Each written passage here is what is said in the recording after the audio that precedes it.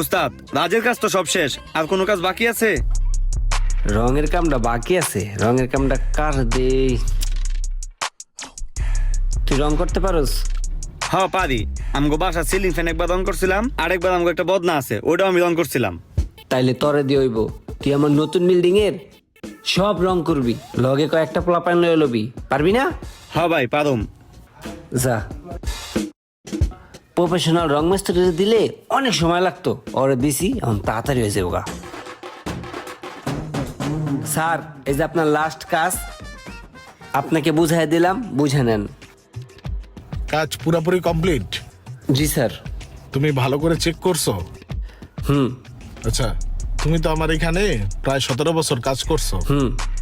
আসলে আমি তো তোমাকে এরকম কিছু দিতে পারি নাই, না আসলেই দেন নাই। কিন্তু তোমার মাধ্যমে আমার অনেক উপকার হয়েছে, অনেক টাকা লাভও হয়েছে। হইছে।